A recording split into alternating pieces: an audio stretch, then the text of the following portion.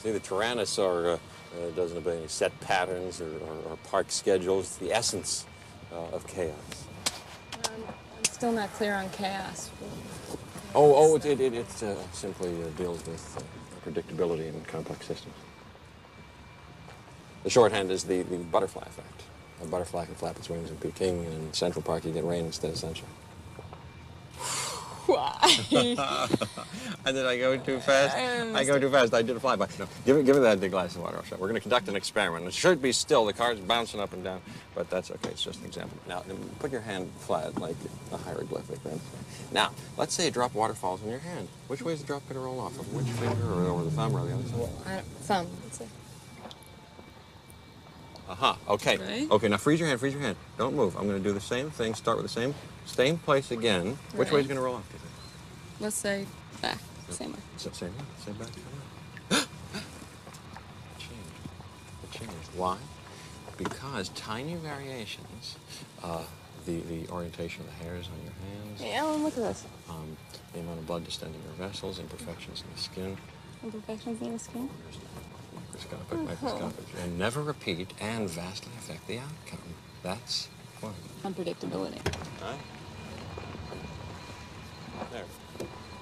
Look at this. See? I'm right again. Nobody could have predicted that Dr. Grant would suddenly jump out of a moving vehicle. Alan? There's another example. See, here I'm now by myself, talking to myself. That's chaos theory. All science is just another false religion of the Saturn noise machine, this false fallen system. They'll have you believe that science is some body of informed people who are all together on different aspects of life on the planet, this, that, and the other thing. And you'll find out if you look into anything, there's very little that people agree on within so-called science, and it's all theory. All theory. So if you want to know the secret here to the end of the Fibonacci spiral is that it has to enter a death spiral.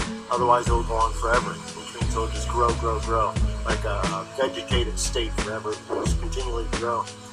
But we know, just like plants do, they grow up, then they enter the death phase, or the flowering phase, or the fruiting phase, where it produces something, and then it dies.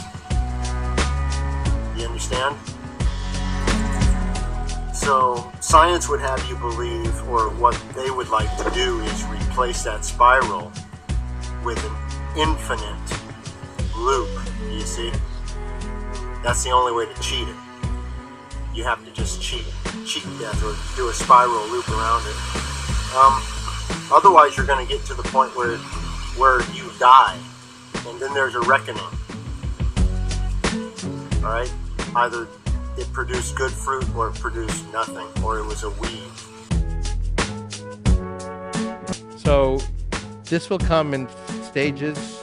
We can never walk in here and say, I've achieved immortality, because it's never an infinite amount of time.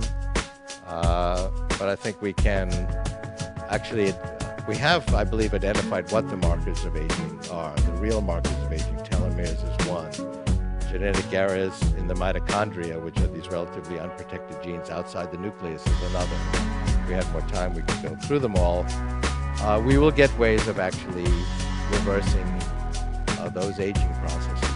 People in the tri-state area are living longer than ever, to an average age of 80. And life expectancy will continue to rise if scientists have their way. Technologies being developed today could allow the next generation to live to 150. But how far should science go to help people live forever? Dr. DeGray, it's great to speak with you again. After the last time you were on the show talking about potential new therapies, cell therapies, which could indefinitely extend one's life, we had so much feedback that I figured we should have you back and talk about what the reaction was. And one of the most interesting themes I saw in people's reaction to your interview was a lot of objections to what you're proposing that may be possible based on religion. Technology is fire. And if you control it, it's great. If it controls you, trouble.